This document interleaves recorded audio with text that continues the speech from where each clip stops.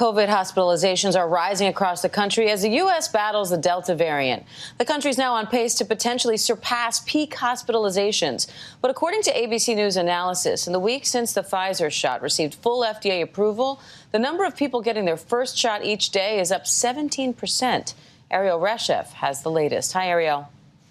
Good morning to you, Diane. Here's what has health experts so concerned. More than 101,000 people are hospitalized with COVID-19 right now across this country. That puts us on pace to meet or surpass our January peak of 125,000 people hospitalized with COVID at one time. And also alarming, 300 children are now being admitted to the hospital every day with this virus. And as the hospitalizations increase, so is the death toll. 900 Americans losing their lives every day to this virus. That's up 370% over the past 7 weeks. But there is some good news on the vaccine front. 470,000 people have gotten their first shot every day since the FDA fully authorized the Pfizer vaccine 1 week ago. That's up 17% from the week prior.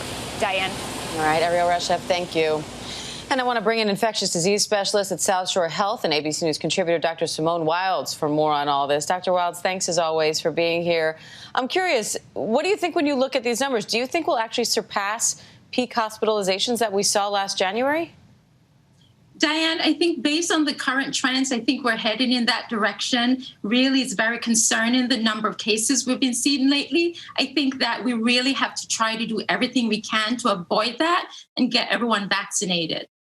Now, Pfizer just announced they're in phase 2 of a study on new oral treatment for adults with low risk of severe disease. What does that mean for the general public? And what do you think we need to know about this new treatment?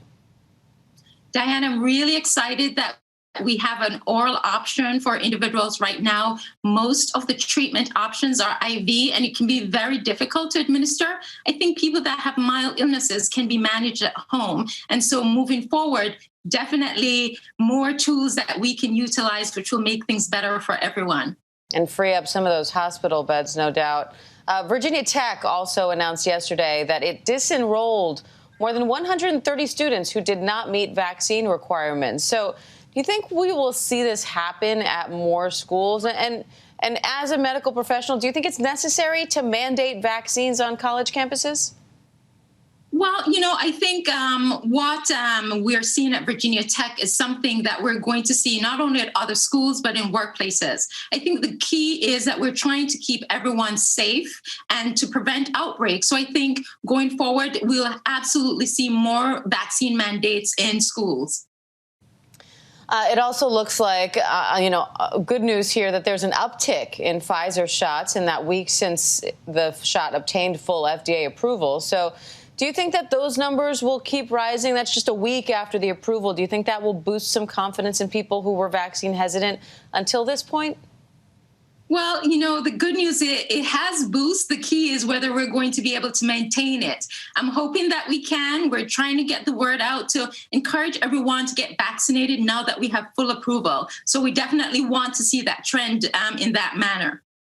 And we're also now hearing that 300 children are now admitted to the hospital with COVID each day. School is starting across the country. If it hasn't already, it'll be starting in the next couple weeks or so. So what are you most concerned about there? What do you think parents and administrators need to keep in mind, particularly since kids under 12 still aren't eligible for the vaccine?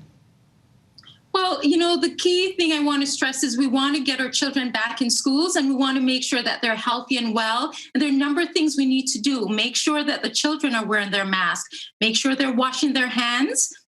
And for the schools, we want to make sure that there's testing available to them and good ventilation. Let's try to keep our students and staff healthy as they go back to school this year. And Dr. Wilds, I'm about to send my own kid to school for the first time. Not nervous about that at all. But, obviously a lot of I have to rely on the school and trust the school in so many ways when it comes to this. But as a parent, are there any things that you recommend that we parents can do at home to try to keep, the whole ecosystem safer? Diana, I'm in the same position. I have children going back to school, so I can totally relate. What I tell my children is wear your mask, make sure you wash your hands, and work with your teachers and all the staff. And as a parent, I'll encourage all the parents, if they have not been vaccinated, to get vaccinated, because that will help to protect everyone. And if your child is sick, please keep your child home that day so we don't get everyone else at school sick. All right, good advice. Dr. Simone Wilds, always great to have you. And good luck as you send your little ones to school as well. Thank you. You too. Hi, everyone. George Stephanopoulos here. Thanks for checking out the ABC News YouTube channel. If you'd like to get more videos, show highlights, and watch live event coverage, click on the right over here to subscribe to our channel. And don't forget to download the ABC News app for breaking news alerts. Thanks for watching.